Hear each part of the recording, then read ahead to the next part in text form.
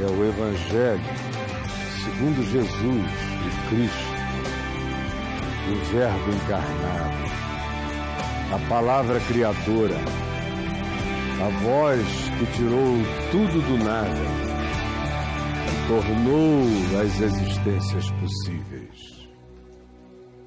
Hoje, eu leio no Evangelho de João para você, Evangelho de João, eu leio para e com você, no capítulo 3, preste atenção. Diz assim: havia entre os fariseus, que é aquela seita mais rigorosa e legalista dos judeus, um homem chamado Nicodemos,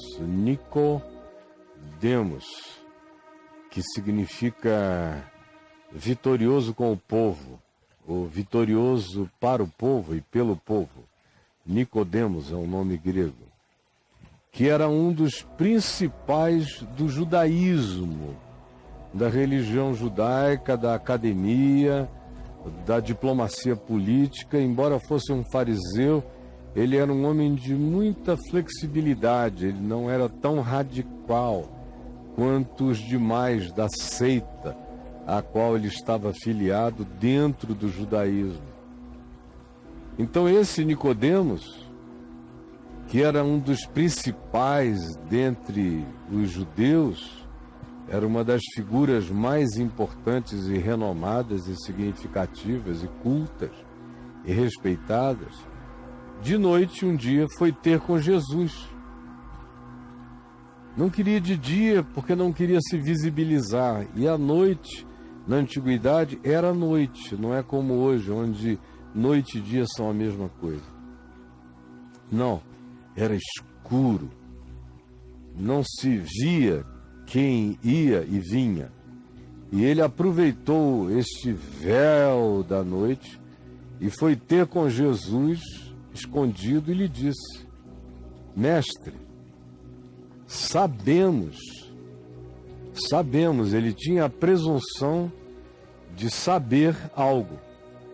Sabemos que és mestre. É uma redundância, mestre.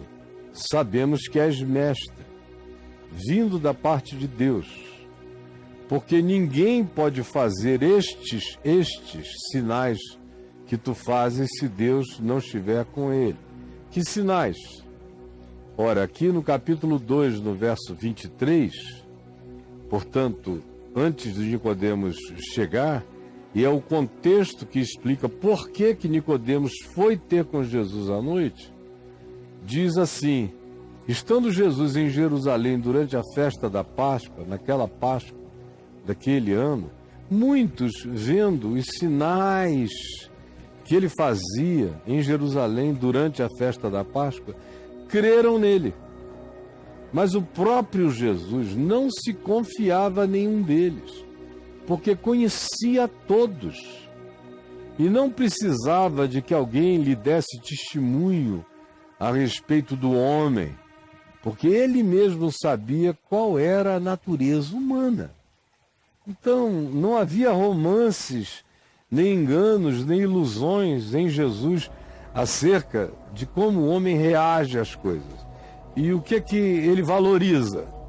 E mesmo reconhecendo grandes significados, o que é que ele está disposto a trocar para não perder seu poder? Então, é esse contexto, é essa situação que faz Nicodemos dizer: mestre, sabemos que és mestre, porque vimos os sinais. Ninguém pode fazer isto que tu fazes se Deus não estiver com ele. Ele deduz que Jesus só podia ser alguém de significado extraordinariamente superior, enviado por Deus ou falando da parte de Deus, por causa de uma relação de dedução de causa e efeito.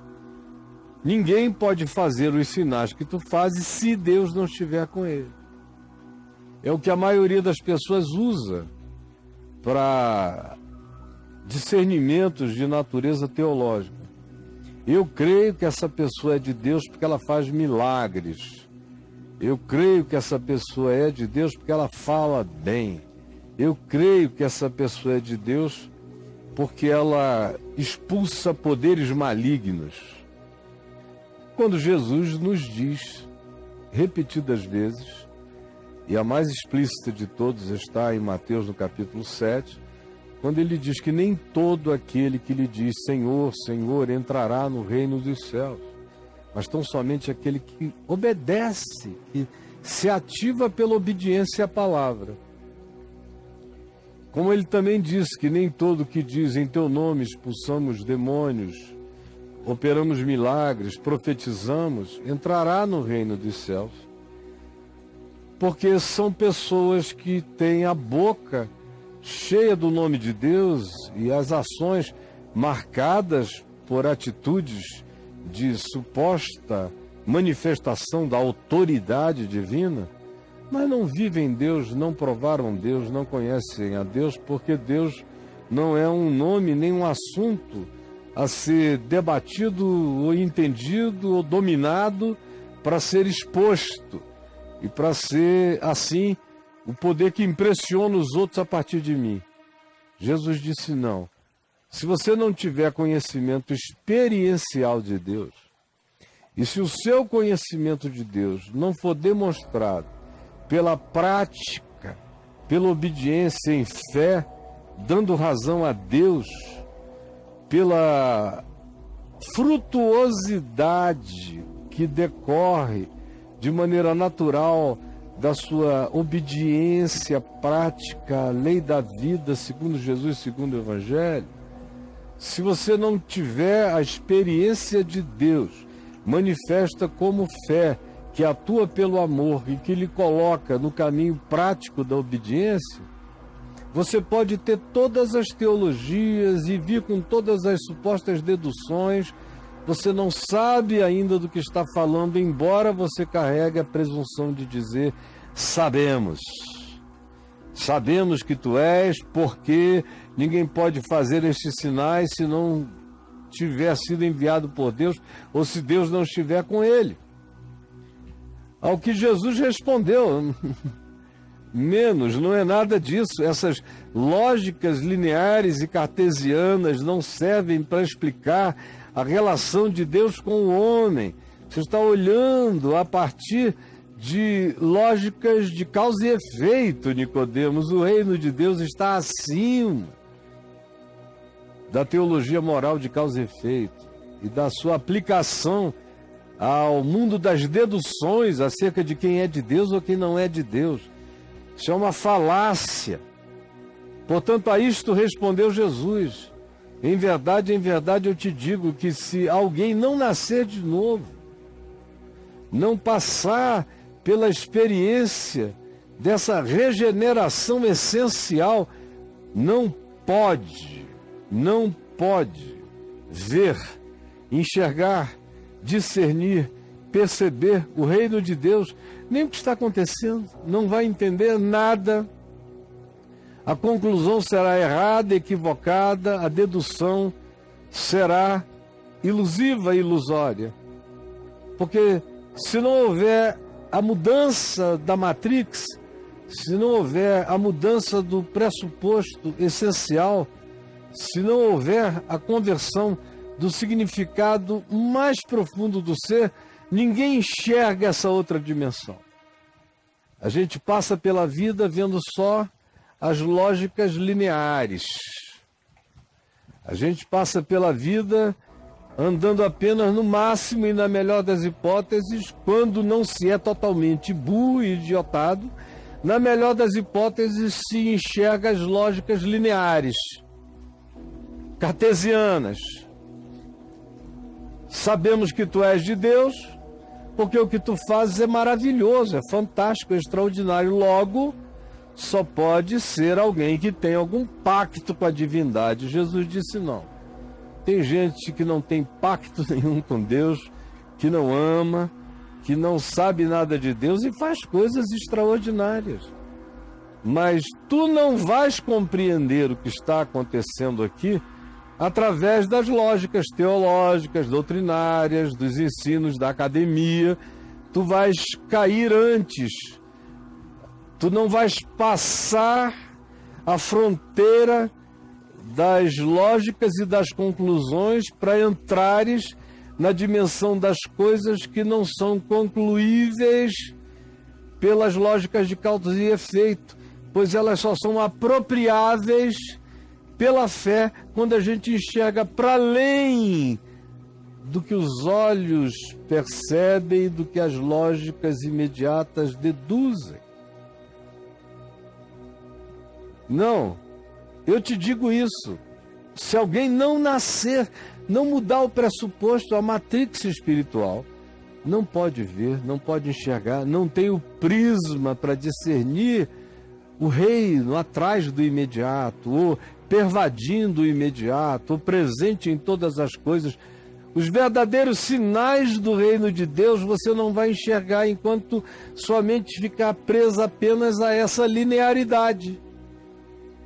Tem que ser de Deus porque faz coisas fantásticas. Assim o Chris Angel também tem que ser de Deus. O Dynamos, que faz coisas fantásticas, tem que ser de Deus. O Mark Zuckerberg, que inventou um negócio que cobriu a Terra inteira, tem que ser de Deus. Não. Tem muitos fazendo coisas extraordinárias que nunca conheceram a Deus. E tem gente que conhece a Deus profundamente e nunca fez nada extraordinário. Como João Batista, acerca de quem Jesus disse que dentre os nascidos de mulher ninguém alcançou a obediência comprometida e simples, entregue de João Batista. Jesus disse isto acerca dele. E aí o Evangelho diz, sobre o mesmo João Batista, que ele, João, na verdade, nunca fez nenhum sinal, nenhum milagre, nunca chamou atenção por nada portentoso. Era o caráter dele que era um grito desafiante, rasgante, provocativo. Mas ele nunca fez nenhum milagre, nenhum sinal. Todavia, tudo quanto ele disse acerca de Jesus era verdade. Portanto, esse critério de sinais, prodígios, maravilhas, não são nada, a menos que eles sejam corroborados, validados pelo fruto desse novo nascimento, desse novo olhar, dessa nova compreensão, dessa matrix do reino a partir da qual tudo mais é interpretado e conhecido. E quem não passou por essa transformação de mente, quem não teve a percepção alterada por essa nova consciência, por esse novo discernimento, nunca enxergará o que está acontecendo, porque o reino de Deus não é óbvio. O reino de Deus é só para aquele que consegue discerni-lo. Para discerni-lo, tem-se que nascer de novo, tem-se que ter a matrix do ser alterada. Então perguntou Nicodemos, como pode um homem nascer sendo velho? Ele outra vez demonstra que a lógica dele para no horizonte das coisas do espaço-tempo que acontecem entre o berço e a sepultura.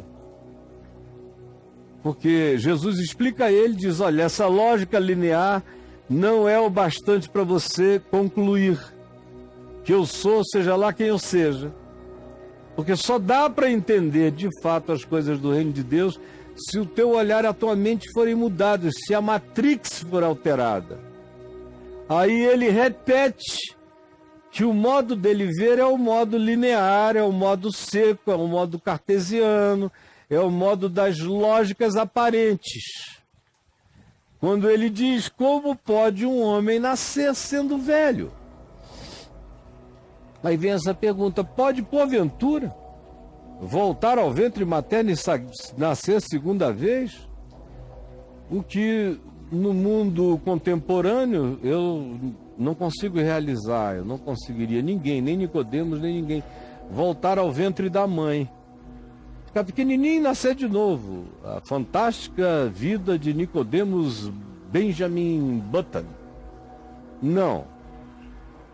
A alternativa a isso seria a reencarnação. morrer, nascer de novo no ventre da mãe para repetir o processo. Também não é disso que Jesus está falando, porque não é isto que Jesus ensina. Nem tampouco é isto que as Escrituras ensinam, em nenhum lugar delas. Mas a pergunta do Nicodemos, na melhor das hipóteses, coloca um homem na crença da reencarnação, porque a alternativa é patética.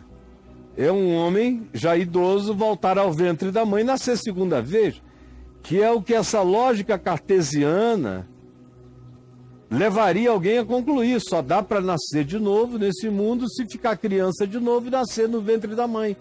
Ou se o indivíduo tiver uma doutrina transcendental, dizer só se for pela via da reencarnação, a mãe morrendo e ele também, e numa reencarnação voltando a serem duplas, mãe e filho começando tudo outra vez, o que é também uma fantasia a qual a Escritura não dá nenhuma corroboração ou validação. Então, respondeu Jesus a Nicodemos, ao vitorioso do povo,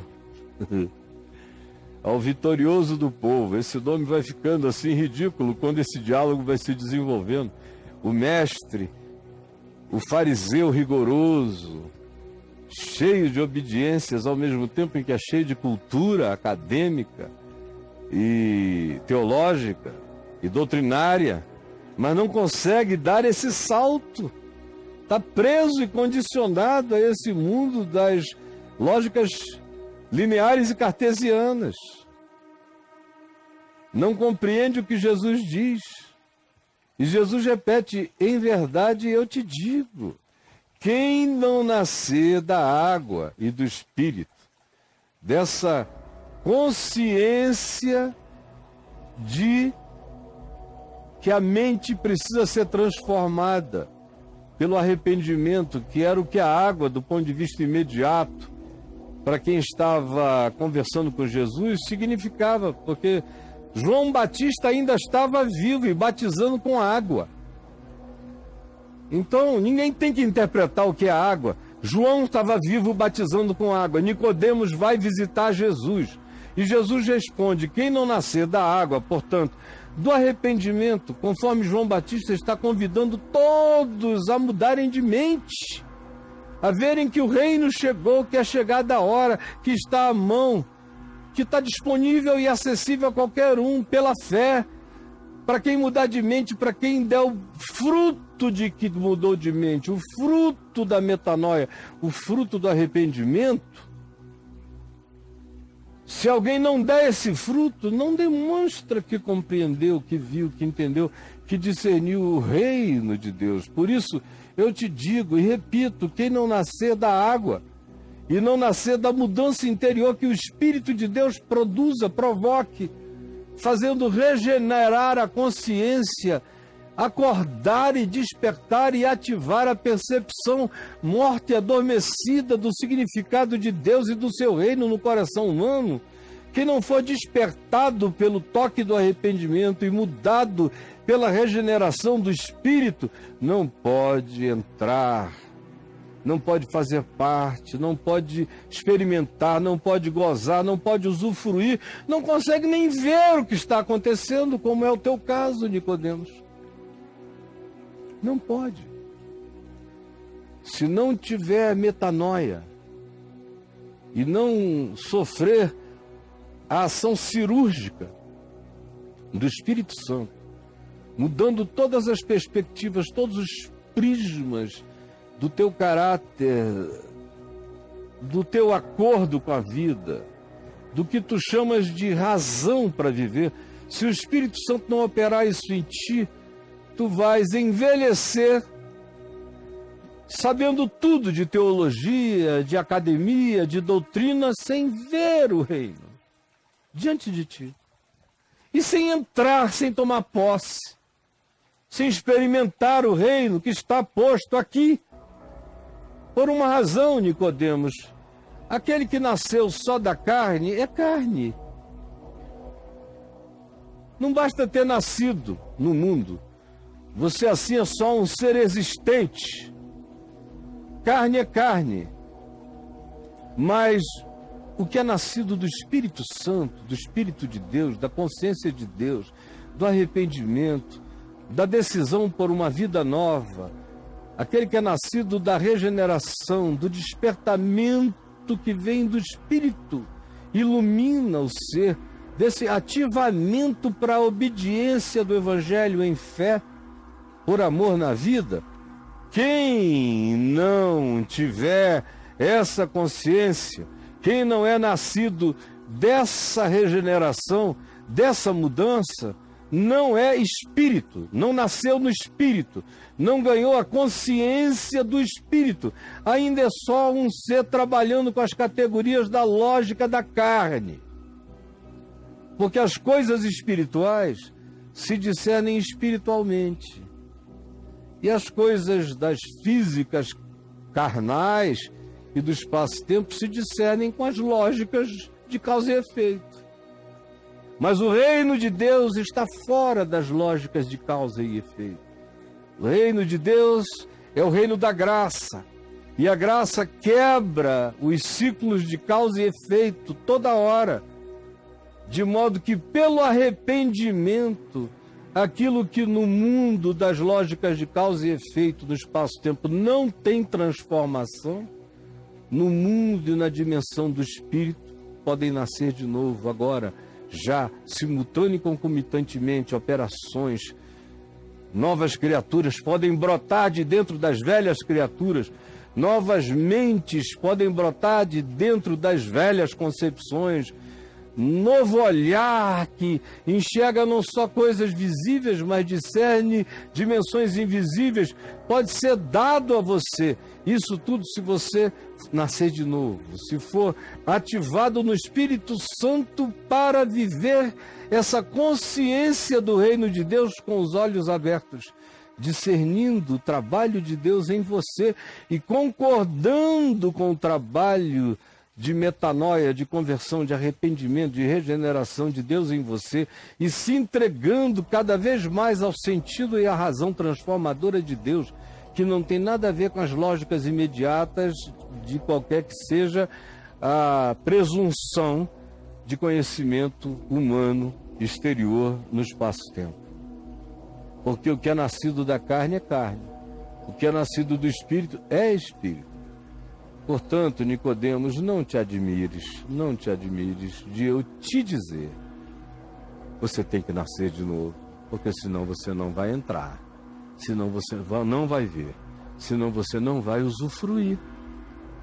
Embora você seja extraordinariamente bem ranqueado em Israel, fica sabendo, Nicodemos, que ninguém tem domínio sobre isto. É soberania absoluta de Deus. Então não aches que tu podes controlar. Diz, eu sei que ele é de Deus porque os sinais que ele faz são de Deus. Ninguém consegue controlar. Ninguém consegue determinar, ninguém consegue condicionar.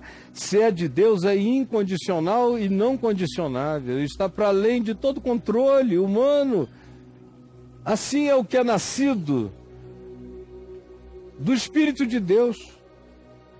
Porque o vento, o ruá, o vento de Deus, o pneuma de Deus, o sopro de Deus, vem de onde quer que ele esteja. O vento sopra de onde ele esteja e para onde ele deseje, o vento sopra onde quer.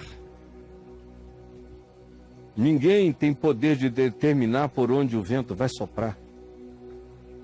No máximo tu ouves o seu assovio, ou farfalhar das folhas nas árvores, ou os uivos de uma penha sendo soprada por um vento misterioso. É tudo que tu consegues saber, ou sentir na tua pele o impacto físico da passagem dele, mas tu não sabes de onde ele vem, de que casa ele está vindo, nem para que casa ele está indo, de que floresta ele está vindo, de que floresta para que floresta ele está indo, em que oceano ele se formou e aonde ele vai terminar e o que ele vai produzir. Ainda hoje, nos nossos dias, a gente supõe que ele vá passar sobre.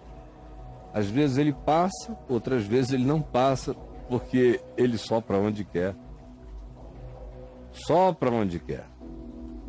Ouves a sua voz, mas tu não sabes de onde ele vem nem para onde ele vai. Assim é todo aquele que é nascido do Espírito. Esse que é nascido do Espírito está para além do controle dessas lógicas imediatas, de alguém poder dizer, sabemos. Não, tu não sabes. Vocês todos juntos não sabem.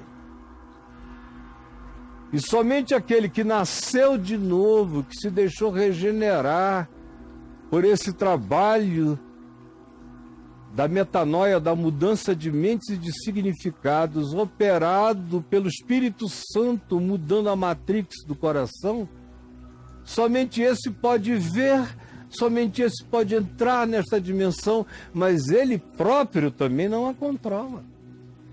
Ele é levado daqui para lá, e quando você nasce de novo, você perde a presunção de controlar a Deus e ao Espírito de Deus, ou de dizer quaisquer palavras finais acerca de Deus, por causa do fato de que se você nasceu do Espírito, se a sua mente sofreu esse upgrade, que vai do espaço-tempo e te introjeta e te põe, te planta e te instala em dimensões celestiais e superiores, de lógicas que não operam na Terra, mas que fazem parte da compreensão daquilo que excede a todo entendimento. Se você não viajar por dentro desse caminho, se não sofrer essa mudança essencial enquanto vive, se não nascer de novo enquanto vive, não vai ver, não vai entrar, não vai discernir, não vai perceber. E toda a tua melhor lógica não vai te fazer concluir. Até porque aquele que experimentou o que de fato eu estou falando, não tem mais a presunção de saber que ele próprio decide o seu próprio caminho. Porque ele agora é um ser nascido do Espírito. E ele apenas obedece. Ele apenas segue. Ele apenas se entrega. Então lhe perguntou Nicodemos, o vitorioso do povo, o melhor do povo, um dos principais dos judeus: como pode suceder isto? É a pergunta dele. Meu Deus, como pode suceder isto? Aí a palavra seguinte é assim: acudiu Jesus. É tipo, Jesus o socorreu, porque o cara entrou num estado de susto, de perplexidade. Ele compreendeu o que não compreendia, o que é raríssimo. É raríssimo. A maioria das pessoas não compreende que não compreende. Mas esse cara, pelo menos, chegou nesse ponto de susto, de pânico. Ele entendeu que não entendia. Como pode suceder isto? Ele não diz isso não pode suceder, isso é impossível. No coração dele, o coração dele era bom. Ele só tinha que vencer a nicodemice de ser o vitorioso do povo, o acadêmico do povo, essa tolice. E este Nicodemos entendeu. E se deixou sacudir por esse pânico, por essa angústia, por esse pavor. E teve a graça de compreender que não compreendia. E de expressar com veemência seu pânico da sua mais absurda ignorância.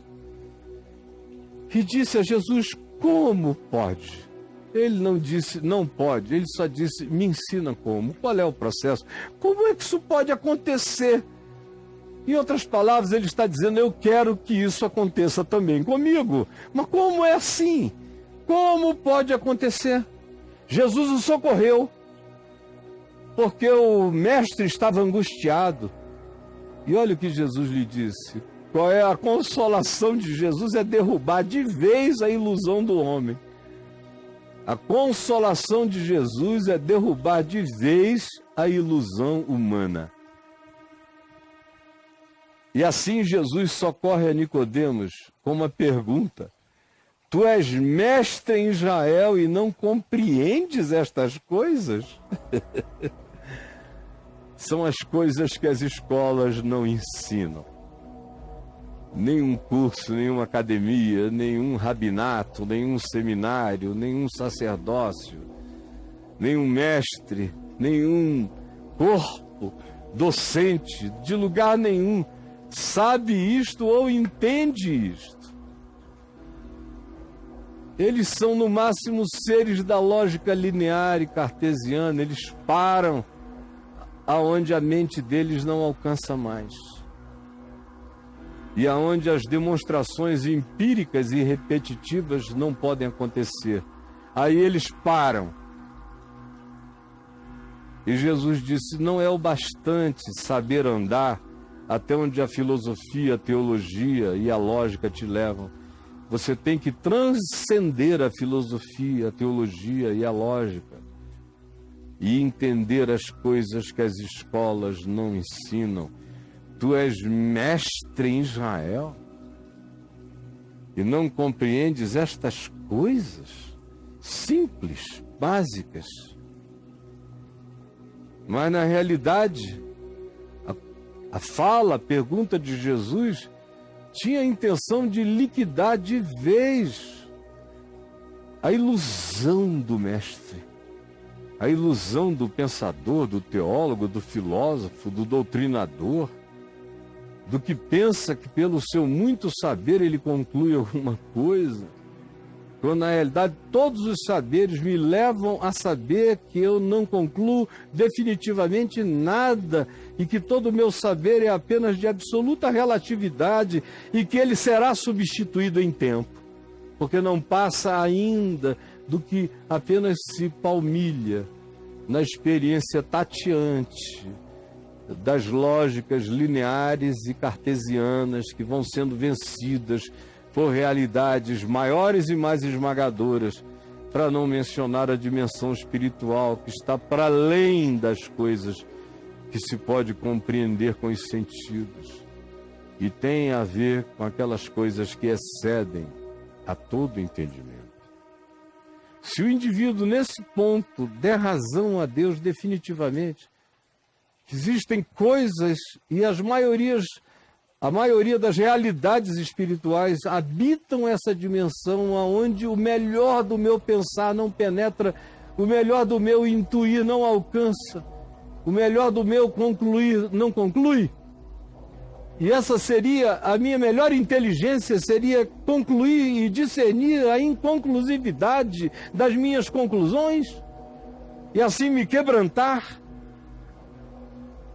Se eu não chegar aí, e se eu aí não for levado e aí não alcançar pela pulsão, pelo trabalho do Espírito, me dando esses socos de luz para eu entender alguma coisa, se eu não admitir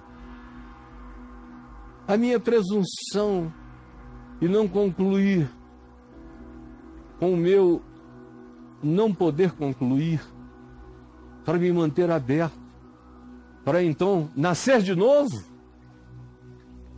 nada dessa dimensão do Espírito, do reino de Deus será ativado, será despertado, será acordado dentro de mim. Porque em verdade eu te digo, disse Jesus a ele, que nós dizemos o que sabemos. É o papo de todo mundo fala do que aprendeu, do que sabe, do que estudou, se apresenta dizendo o que sabe, eu sou isto ou aquilo. E testificamos aquilo que nós dizemos temos visto. É até onde a gente pode ir. Contudo, eu dizendo o que eu digo, porque eu sei o que eu sei, e mesmo eu testemunhando o que eu tenho visto, você e a maioria não podem aceitar o meu testemunho. Não aceitam o meu testemunho. Ficam concluindo com as conclusões do que apenas vocês experimentaram. E vocês não irão dar o passo além se vocês não puderem crer naquele que viu, naquele que soube, e soube não porque aprendeu com os mestres, mas porque foi ensinado pelo Pai e porque se apropriou de tal modo que isso agora é seu, como tudo isso que eu digo, faço e falo é meu. Se você não aceitar esse testemunho, você não vai ter acesso ao que eu estou falando.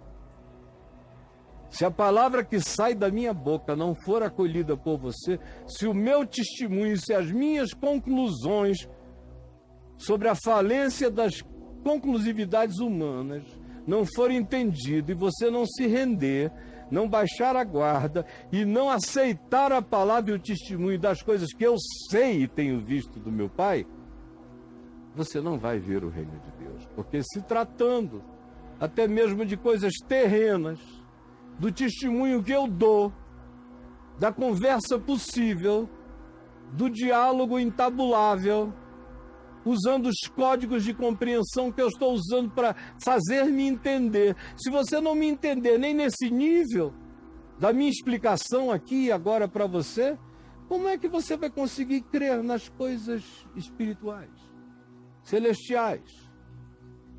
Aceita pelo menos a incapacidade que tu tens de concluires sobre as coisas celestiais, as coisas do reino de Deus, as lógicas do Espírito Santo que estão para além do teu poder de alcançar e que são as manifestações que a gente recebe pela fé, e justamente são elas próprias que nos transformam, que nos fazem nascer de novo, que nos ativam e nos regeneram por uma nova percepção.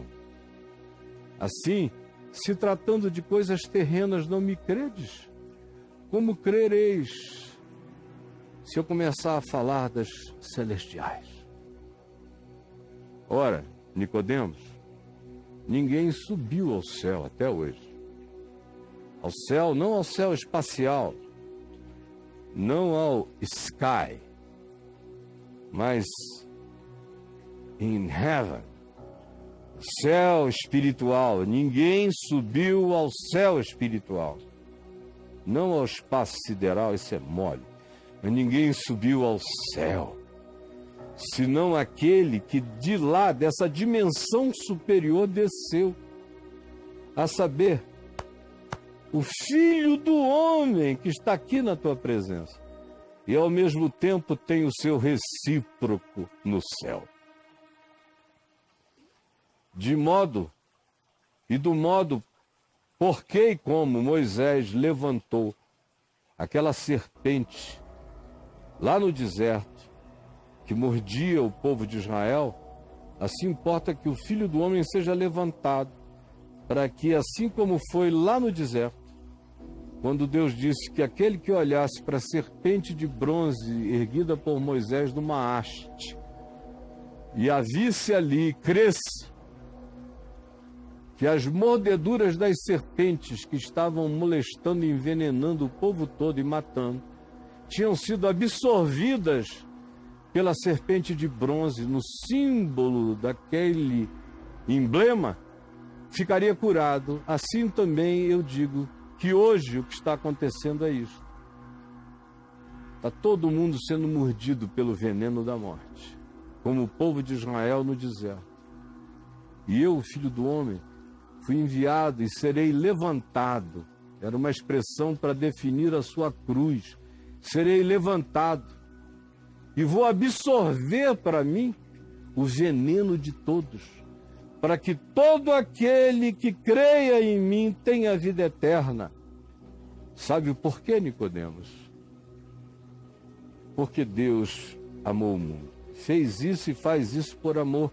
Se você não entender que tudo isso é fruto do amor e que o nascer de novo acontece porque aquele que não teve pecado, Deus o fez pecado por nós, e ele se tornou o centro de convergência de toda a iniquidade do universo e da humanidade, porque Deus fez convergir tudo para ele. Aquele que não tivesse a consciência de que sua culpa, seu pecado, sua vida de morte foi absorvida na cruz, para que agora, crendo, você veja o reino, entre do reino e se aproprie de uma dimensão eterna para a sua condição humana. Aquele que não tiver essa percepção de fé não vai se apropriar de nada. Agora, se tu queres saber por que Deus age assim conosco, humanos, diz Jesus a Nicodemos, é porque Deus amou o mundo de tal maneira, Nicodemos, que deu o seu Filho unigênito. E Nicodemos entendia bem essa linguagem do Filho unigênito, desse ser, desse anjo do Senhor, dessa manifestação de Deus no espaço-tempo, sinalizando o Cristo que viria. De modo que é isso que Jesus diz a Nicodemos: Deus amou o mundo de tal maneira que deu o seu Filho unigênito, a expressão exata do seu ser, para que todo aquele que nele crê não pereça, mas tenha onde pegar. Segure com segurança e se aproprie da qualidade eterna da vida que não tem fim. Não tem fim porque seja temporalmente imortal, não é assim. Ela não tem fim é porque ela é possuída pela qualidade do amor de Deus. Para além do espaço-tempo, viverá a eternidade em Deus. Quem nele crê, nesse que chama para si, converge para si, a angústia de todos, o pecado de todos, o veneno de todos, quem nele crê, não é julgado. O que não crê, sabendo com certeza, diz: não quero para mim, eu me resolvo a mim mesmo, não preciso de perdão, esse já está julgado pelo julgamento que fez da desnecessidade da graça sobre a sua própria vida. Esse já está julgado porque não crê naquilo que já foi feito em favor dele, de modo que tudo convergiu para o unigênito de Deus, para que todos os filhos de Deus ficassem livres de toda e qualquer culpa e pudessem seguir a jornada e não serem apenas homens da carne para a carne, mas seres humanos do espírito para o espírito.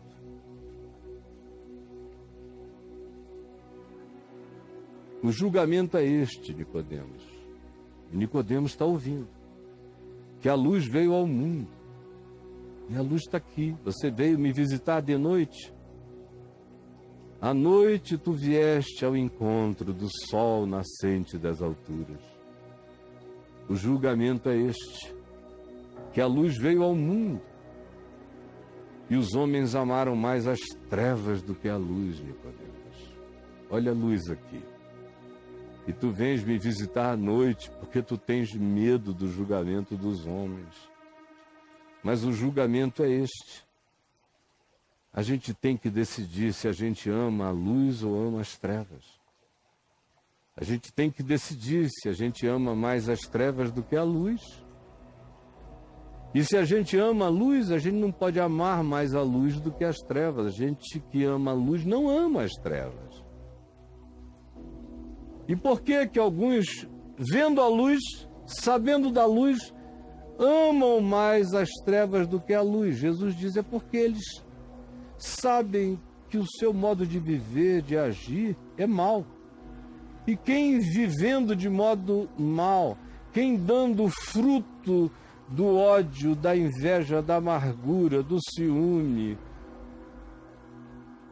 da disputa vingativa,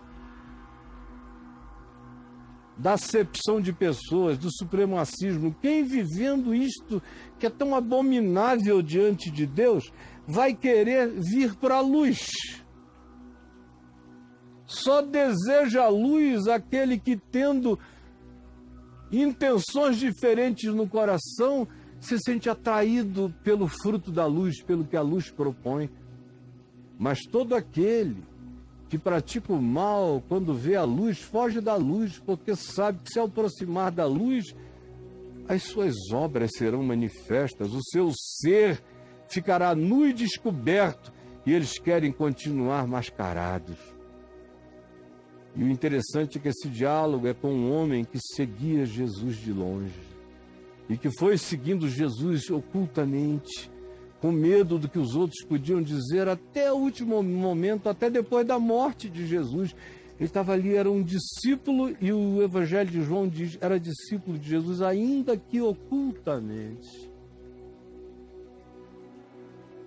O julgamento é este, Nicodemos, que a luz veio ao mundo, meu filho, e os homens amaram mais as trevas do que a luz, porque as suas obras eram más.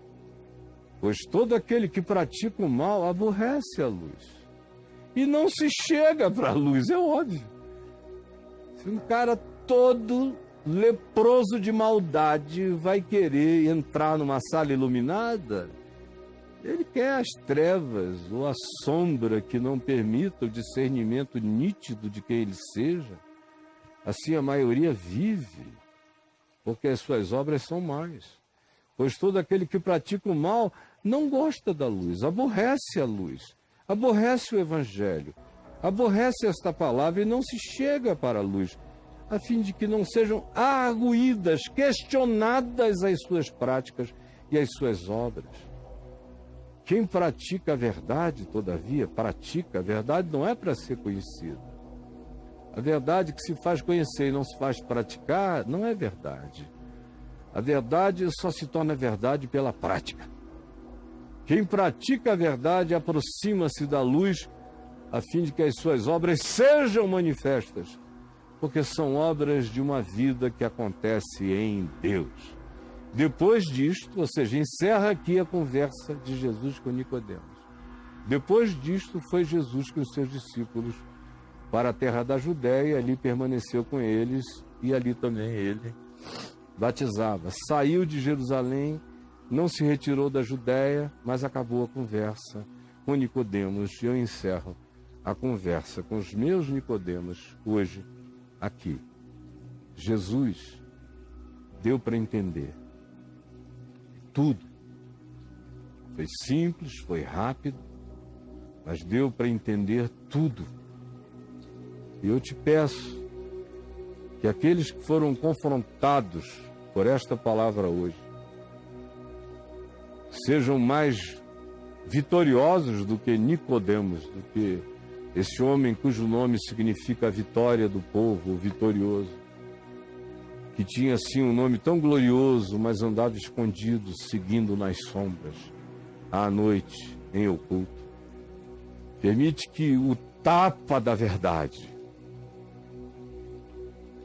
o rasgar do leão de Judá no peito, no espírito da gente, seja tão poderosamente forte e convincente, que muitos hoje decidam sair da sombra e botar a cara para fora, para a vida, nascidos de novo para uma nova vida, sem medo de ser, vivendo e praticando com coragem o manifestar do Evangelho na luz.